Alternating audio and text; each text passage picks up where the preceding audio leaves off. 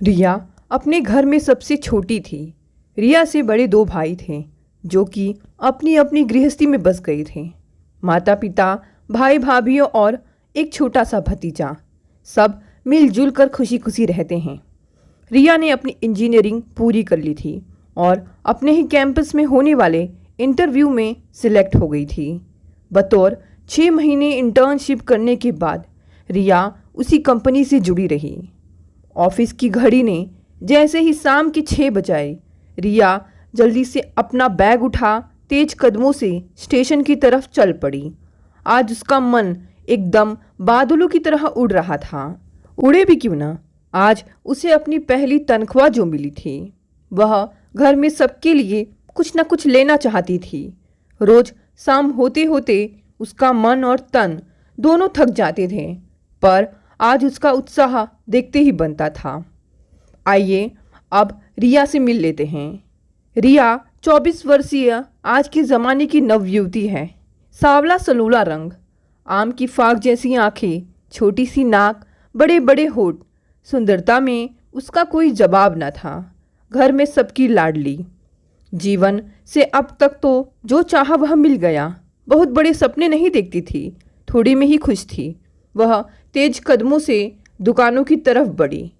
अपने 1.5 साल के भतीजे के लिए उसने एक रिमोट से चलने वाली बस खरीदी। पापा के लिए उनकी पसंद का परफ्यूम, मम्मी व दोनों भाभियों के लिए सूट और साड़ी, और दोनों भाइयों के लिए उसने टाई खरीदी। तो उसने देखा कि बस उसके पास कुछ पैसे ही बचे हैं। अपने लिए वह कुछ खरीद ना पाई। अभी पूरा महीना पड़ा था, बस उसके पास कुछ 1000 ही बचे थे। उसे उनमें ही अपना खर्चा चलाना था। माँ पापा से वह कुछ नहीं लेना चाहती थी। जैसे ही वह दुकान से निकली, बाजू वाली दुकान में उसे हल्के नींबू रंग के बहुत खूबसूरत पर्दे दिखाई दिए। बचपन से उसका अपने घर में इस तरह के पर्दे लगाने का मन था। दुकानदार से जब दाम पूछा तो उसे पसीना आ गया। दुकानदार ने मुस्कुराते हुए कहा कि मैडम, ये चंदेरी सिल्क के पर्दे हैं, इसलिए दाम थोड़ा ज़्यादा है, पर ये आपके कमरे को एकदम बदल देंगे। कुछ देर तक खड़ी वह सोचती रही, फिर उसने वे पर्दे खरीद लिए। जब वह दुकान से निकली तो बहुत खुश थी। बचपन से वह ऐसे पर्दे अपने घर में लगाना चाहती थी, पर माँ के सामने जब भी बोला, उसकी इच्छा घर की ज़रूरतों के सामने छोटी पड़ गई। आज उसे ऐसा लगा कि जैसे वह वाकई में स्वतंत्र हो गई है। जब वह घर पहुंची तो रात हो चुकी थी। सब रात के खाने के लिए उसका इंतज़ार कर रहे थे। भतीजे को चूमकर उसने सबके उपहार टेबल पर रख दिए। सब उत्सुकता के साथ उपहार देखने लगे। तभी अचानक माँ बोली, तुम अपने लिए क्या लाई हो? रिया ने मुस्कुराते हुए पर्दों का पैकेट उनकी तरफ बढ़ा दिया। पर्दे देखकर माँ बोली, यह क्या है? इन्हें तुम पहनोगी? रिया ने मुस्कुराते हुए कहा, मेरी प्यारी माँ, इन्हें हम घर में लगाएंगे। माँ ने पर्दे वापस पैकेट में रखे और फिर बोली, इन्हें अपने घर पर लगाना। रिया असमंजस में माँ को देखती रही। उसकी समझ में नहीं आया कि इसका क्या मतलब है। उसकी भूख खत्म हो गई थी। भाभी ने मुस्कुराकर उसके गाल थपथपाते हुए कहा, मैं आज तक नहीं समझ पाई मेरा घर कौन सा है। रिया, तुम अपना घर खुद बनाना। और फिर भाभी ने बहुत प्यार से उसके मुंह में एक निवाला डाल दिया। आज इतवार का दिन था। आज पूरा घर पकवानों की महक से महक रहा था। माँ ने अपनी सारी पाक कला को निचोड़ दिया था। कचौरियाँ, रसगुल्ले, जलेबी, ढोकले, पालक के पकोड़े, हरी चटनी, समोसे और करारी चाट। दोनों भाभी हरे रंग की साड़ी में इधर से उधर चहक रही थी। पापा और भैया पूरे घर का घूम घूम कर मुआयना कर रहे थे, कहीं कुछ कमी न रह जाए। आज रिया को कुछ लोग देखने आ रहे थे। लड़के का नाम था हर्ष, उम्र 27, कद में सामान्य और रंग रूप में बेहद हैंडसम। हर्ष सॉफ्टवेयर इंजीनियर था। अपना घर था और परिवार भी छोटा था। माता पिता के अलावा एक छोटा भाई था जो कि अभी ग्रेजुएशन कर रहा था। ठीक 1 बजे एक कार उनके घर के सामने आ रुकी और उसमें से 4 लोग उतरे। सबने ड्राइंग रूम में प्रवेश किया। रिया ने पर्दे की ओर से देखा। हर्ष जीन्स और वाइट शर्ट में बेहद खूबसूरत लग रहा था। उसकी माँ मीरा आज के ज़माने की आधुनिक महिला लग रही थी। छोटा भाई भी बेहद खूबसूरत था। पिता पवन बेहद सीधे साधे व्यक्ति लग रहे थे। रिया हर्ष की माँ के सामने कहीं भी नहीं ठहरती थी, पर उसका भोलापन, सुलझे हुए विचार और सादगी ने हर्ष को आकर्षित कर लिया था। बातों के दौरान रिया के किरदार में कहीं भी कोई बनावटीपन नहीं था। जहां हर्ष को अपनी माँ में प्लास्टिक के फूलों की गंध आती थी, वहीं रिया से उसे असली फूलों की महक आती थी। अपने पिता पवन जी को उसने हमेशा एडजस्टमेंट करते हुए देखा था। वह खुद ऐसा नहीं करना चाहता था, इसलिए हर हाल में अपनी माँ का लाडला, हर बात मानने वाला हर्ष किसी भी कीमत पर अपनी जीवन साथी के चुनाव की बागडोर माँ को नहीं देना चाहता था। रिया ने कमरे में प्रवेश किया, जहाँ हर्ष प्यार भरी नज़रों से उसकी तरफ देख रहा था। वहीं मीरा जी उसकी तरफ अजरज से देख रही थी। उन्हें रिया में कोई खूबी नज़र नहीं आ रही थी। पवन जी को रिया एक सुलझे विचारों वाली लड़की नजर आई, जो उनके परिवार को संभाल कर रख सकेगी। मीरा जी ने बेटे की तरफ देखा, पर उसके चेहरे पर खुशी देखकर चुप हो गई। होने वाली बहू को मीरा ने अपने हाथों से सोने का सेट पहना दिया, पर उनके चेहरे पर कहीं कोई खुशी नहीं नजर आ रही थी। रिया को यह बात समझ आ गई थी कि वह सास की पसंद तो बिल्कुल भी नहीं है। अपने घर में जगह बनाने के लिए उसे बहुत मेहनत करनी पड़ेगी। 1 माह बाद उसके विवाह की तारीख तय हो गई। दुल्हन के लिबास में रिया बेहद खूबसूरत लग रही थी। हर्ष और उसकी जोड़ी पर लोगों की नज़रें ही नहीं ठहर रही थी। मीरा भी आज बहुत खुश लग रही थी।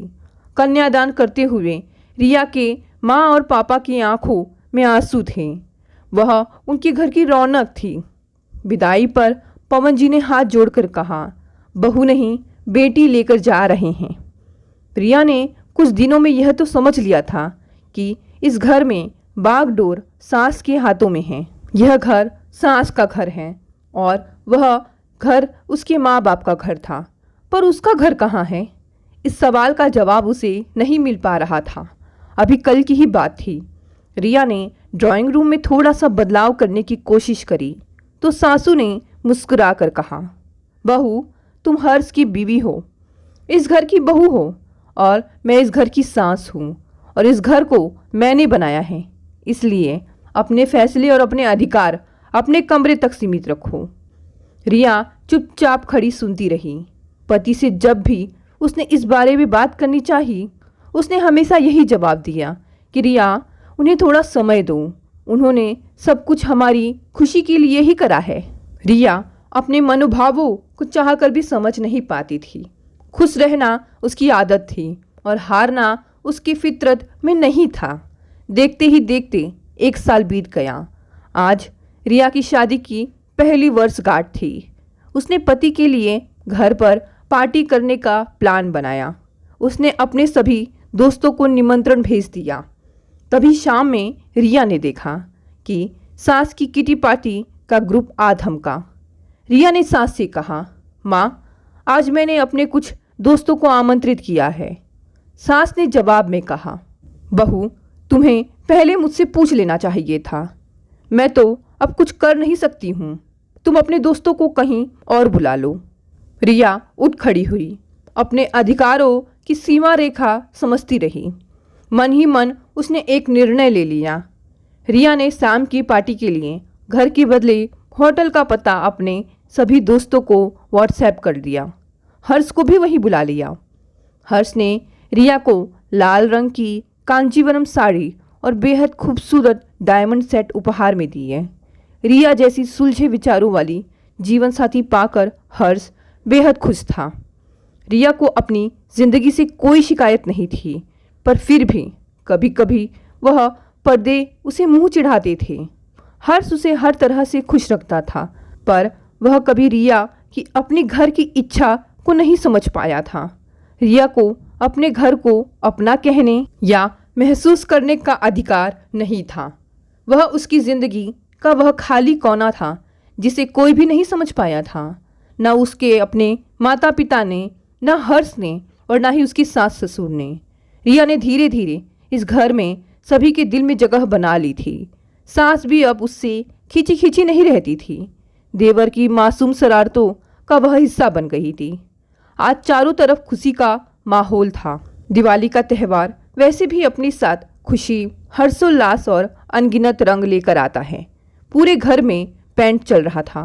जब हर्ष वह पर्दे बदलने लगा तो अचानक रिया बोली कि रुको, और फिर भागकर चंदेरी के पर्दे ले आई। इससे पहले कि हर्ष कुछ बोलता, सास मीरा बोल पड़ी, ऐसे पर्दे मेरे घर पर नहीं लगेंगे। रिया प्रश्नसूचक नज़रों से हर्ष को देख रही थी। उसे लगा वह कुछ बोलेगा कि माँ, यह रिया का भी घर है, पर हर्ष कुछ ना बोला। पत्नी का खराब मूड देखकर बोला, इतना क्यों परेशान हो, पर्दे ही तो हैं। पहली बार रिया की आंखों में आंसू आए। हर्ष आंसुओं को देखकर और चिढ़ गया। आजकल रिया का ज़्यादातर समय ऑफिस में ही बीतता था। हर्ष ने महसूस किया कि वह अपने फ़ोन पर ही लगी रहती है और उसे देखते ही घबराकर मोबाइल रख देती है। हर्ष रिया को सच में प्यार करता था।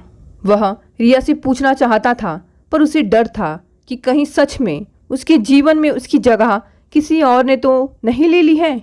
एक शाम को हर्ष ने रिया से कहा, रिया चलो तुम फ्राइडे की छुट्टी ले लो, कहीं आसपास वीकेंड मना आते हैं।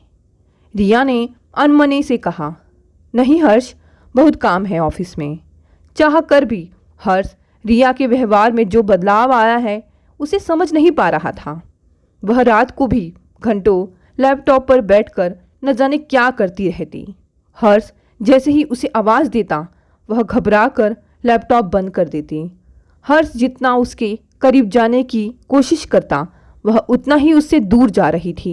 न जाने वह क्या था जिसके पीछे रिया पागल हो रही थी। रिया के भाई ने भी उस दिन हर्ष को फ़ोन पर कहा, आजकल रिया घर पर फ़ोन ही नहीं करती, सब ठीक है ना?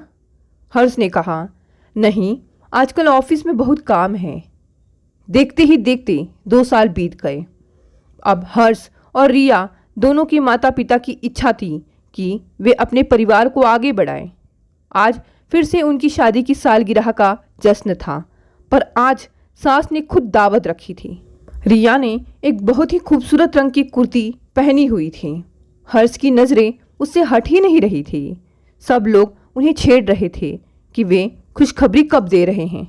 रात को एकांत में जब हर्ष ने रिया से कहा कि रिया, मेरा भी मन है पिता बनने का, तो रिया ने अनमने ढंग से कहा कि वह तैयार नहीं है। टेंशन में हर्ष रात भर सो नहीं पाया। आज वह हर हाल में रिया से बात करना चाहता था, पर जब वह सुबह उठा रिया ऑफिस के लिए निकल चुकी थी। हर्ष को कुछ समझ नहीं आ रहा था। ऐसा लगता था रिया उसके साथ होकर भी उसके साथ नहीं है। वह हर हफ्ते उसके साथ कोई ना कोई प्लान बनाता, पर रिया को तो रविवार में भी कोई ना कोई ऑफिस का काम हो जाता था। उन दोनों के बीच एक मौन था जिसे वह चाह कर भी नहीं तोड़ पा रहा था। हर्ष को अपनी वही पुरानी रिया चाहिए थी, पर उसे कुछ समझ नहीं आ रहा था। देखते ही देखते फिर दिवाली आ गई। पूरा शहर रोशनी से जगमगा रहा था। आज हर्ष को बहुत दिनों बाद रिया का चेहरा रोशनी से खिला दिखा। रिया ने हर्ष से कहा, आज मुझे तुमसे कुछ कहना है और कुछ दिखाना भी है। हर्ष उसकी तरफ प्यार से देखते हुए बोला, कुछ भी बोलना, बस यह मत बोलना तुम्हें मुझसे प्यार नहीं है। रिया खिलखिलाकर हंस पड़ी और फिर बोली, तुम पागल हो क्या? तुमने ऐसा सोचा भी कैसे? हर्ष मुस्कुरा दिया, बोला, लेकिन तुम मुझे पिछले कई दिनों से नेग्लेक्ट कर रही हो। हम साथ साथ कभी कहीं भी नहीं गए।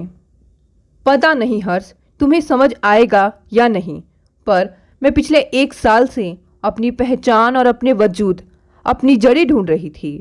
हर्ष को कुछ समझ नहीं आ रहा था। रिया ने हरे रंग की सिल्क की साड़ी पहनी हुई थी, साथ में कुंदन का मेल खाता सेट और ढेर सारी चूड़ियाँ। आज उसके चेहरे पर ऐसी आभा थी कि सब लोग उसके आगे फीके लग रहे थे। रंगोली बनाने के बाद रिया ने हर्ष को उसके साथ चलने को कहा तो हर्ष कार की चाबी उठा चल पड़ा। रिया हंसकर बोली, आज मैं तुम्हें अपने साथ अपनी कार में लेकर चलना चाहती हूँ। हर्ष चल पड़ा। थोड़ी ही देर में कार हवा से बातें करने लगी और कुछ देर बाद कार नई बस्ती की तरफ चलने लगी। कार ड्राइव करते समय रिया बोली, हर्ष, आज मैं तुमसे कुछ कहना चाहती हूँ। तुमने हमेशा हर तरह से मेरा ख्याल रखा, पर बचपन से मेरा एक सपना था जो मेरी आंखों में पलता रहा। माँ पापा ने कहा कि तुम्हारा घर वह होगा जहाँ तुम जाकर एक घर बनाओगी। तुम मिले तो लगा मेरा सपना पूरा हो गया, पर हर्ष, कुछ दिनों बाद समझ में आ गया कि कुछ सपने होते हैं जो साझा नहीं होते हैं। शादी का मतलब यह नहीं कि तुम्हारे सपनों का बोझ तुम्हारा जीवन साथी भी उठाए। मुझे तुमसे या किसी से भी कोई शिकायत नहीं है, पर हर्ष, आज मेरा एक सपना पूरा हुआ है। यह कह उसने एक नई बनी सोसाइटी के सामने कार रोक दी। हर्ष चुपचाप उसके पीछे चल पड़ा। एक नए फ्लैट के दरवाजे पर उसके नाम की नेम प्लेट लगी थी। हर्ष हैरानी से देख रहा था। छोटा पर बेहद खूबसूरत सा सजा हुआ फ्लैट। तभी हवा का झोंका आया तो चंदेरी के फिरोजी पर्दे रिया के अपने घर में लहराने लगे। दोस्तों, ये छोटी सी कहानी यहीं समाप्त हो गई। अगर कहानी पसंद आई तो इसे लाइक और शेयर करें, और अगर आप नए हैं तो इस चैनल को भी सब्सक्राइब कर लें। धन्यवाद दोस्तों, मिलते हैं अगली नई कहानी से।